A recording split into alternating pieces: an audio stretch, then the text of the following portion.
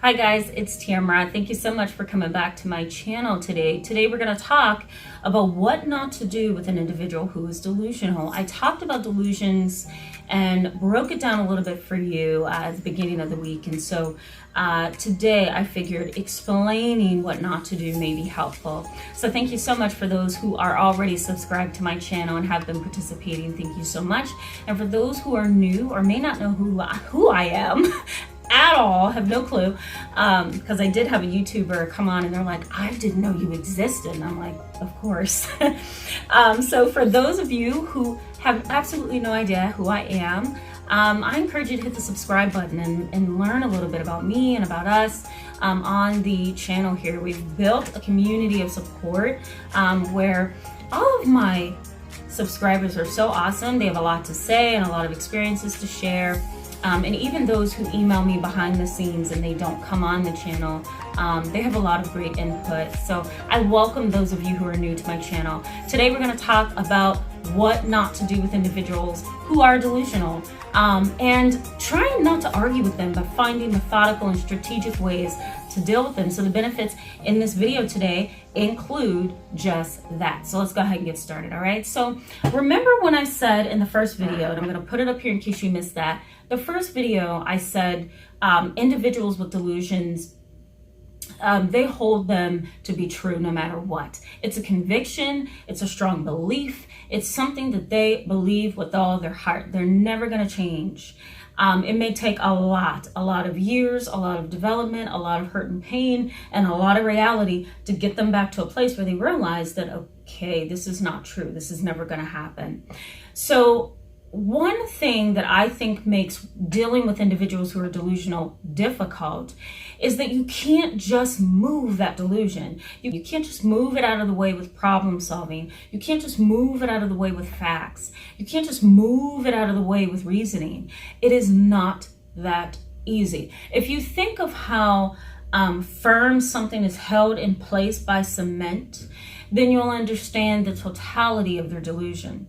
And so when you are working with, dealing with, living with, dating, married to an individual with delusions, you're going to have to be strategic, and methodical in how to deal with them. So the first thing that you want to do, and it's so cognitively understandable but so very difficult, is to not argue with them. The minute you begin arguing with somebody who is delusional, that's the minute that you begin to lose the battle. You don't want to argue with the person who's delusional. They're going to fight tooth and nail with you. Again, if you think of how firm something is held into place by cement, you'll understand the totality of the delusion. Think about concrete. Think about the sidewalks that we walk on and the streets that we drive on a daily basis. Those things are completely held together. You can't even bang something into it and it crumble. It is very firmly held into place. That is how a delusion is. And so no matter how agitated you get with it, no matter how frustrated you get with it, no matter how many facts you throw at it, it's not going to budge. Unless you have a professional who's experienced and methodical and strategic and able to build a relationship with the person and get in to help them make some sense. Other than that, you're not going to get anywhere. So why argue? When you argue, you lose two things. One, you lose the relationship. You don't want to lose that, because the person who's delusional, once they bounce back, if they ever bounce back from the delusion, some do, some don't, they need the relationship to hold them. They need the relationship to help them overcome it and understand what happened to them. But if you ruin the relationship by arguing with the person and challenging them and calling them stupid or saying things like that doesn't make any sense, then you're gonna cause the relationship to crumble and you're really not gonna get in. The second thing that you lose is legitimacy and power. When you fight with them, you lose that ability to stay up here. You fall down to a level where you're no longer of importance to them. You're not significant. And so if you did want to get in and help, you've lost that completely. All right. So you want to be careful. You don't want to lose the relationship. The next thing is don't directly react. If you have an individual who is expressing a delusion to you, you don't want to directly react. Face needs to be, I see. Oh, okay. It's interesting that you believe that. Yeah. What makes you believe that? What's going on there? right? You want to sound unassuming. You want to sound nonchalant. I'm just saying all kind of wrong words today. I'm sorry, guys. Non-assuming. That's not a word, I don't think. But you don't want to be, you want to seem unassuming. You don't want to be judgmental, right? You want to be unassuming and nonchalant. The other thing is you don't want to confront. And that's what I mean when I say you don't want to directly reject. Because when you do that, their defenses are going to go up and they're going to be focused on blocking you. Nope, I'm not listening. Nope, right? So you want to keep those lines of communication open. The other thing is you don't want to pathologize it. You don't want to label it. The minute you start calling them crazy and bizarre and weird and strange and all of that, that's the minute that you've lost what you need to get in. You've also lost their ability to hear you because now they're defensive, they're hurt. You have to understand an individual with delusions, they do not cognitively rationalize or even explore and research their delusion. It's just this firm, concrete belief. And unfortunately, that's basically what they're going to believe. And if you come up against it, you're going to lose. So you have to really play the chess game very nicely. Don't validate and don't submit the delusions with your comments.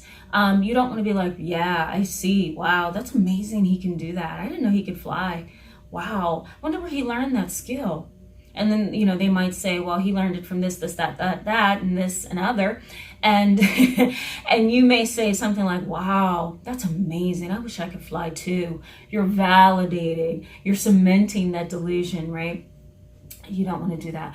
The next thing and the last thing is you don't want to triangulate or try to prove them wrong. The minute you try to bring in somebody else to help validate you and confirm that what you're saying is true and they're wrong, that's when you've lost them again. You have to understand and keep this in the forefront of your mind that an individual who's delusional is kind of ill, depending on the totality and the intensity and how often it interferes with functionality of the delusion, right? If their ability to function is low and the duration and the intensity of the delusion is high, then you have to almost treat them like a patient. They're ill. They can't decipher between things. And so the last thing you want to do with somebody who can't understand reality is to directly reject them. You don't want to argue. You don't want to validate and cement their delusions. You don't want to triangulate, and you don't want to label and pathologize as well. All of these things will trigger defenses. They won't help you. So I'm going to come back with another video on what you can do to help this individual and what you can do to keep yourself from getting sucked in to an argument and a confrontation, because a lot of times things do turn ugly. Thank you so much for being with me in today's video. I encourage you to give it a thumbs up if it was helpful to you, and go ahead and hit that subscribe button to stick around with us, and I will see you in the next video with tips on what to do. All right, I'll see you then. Bye.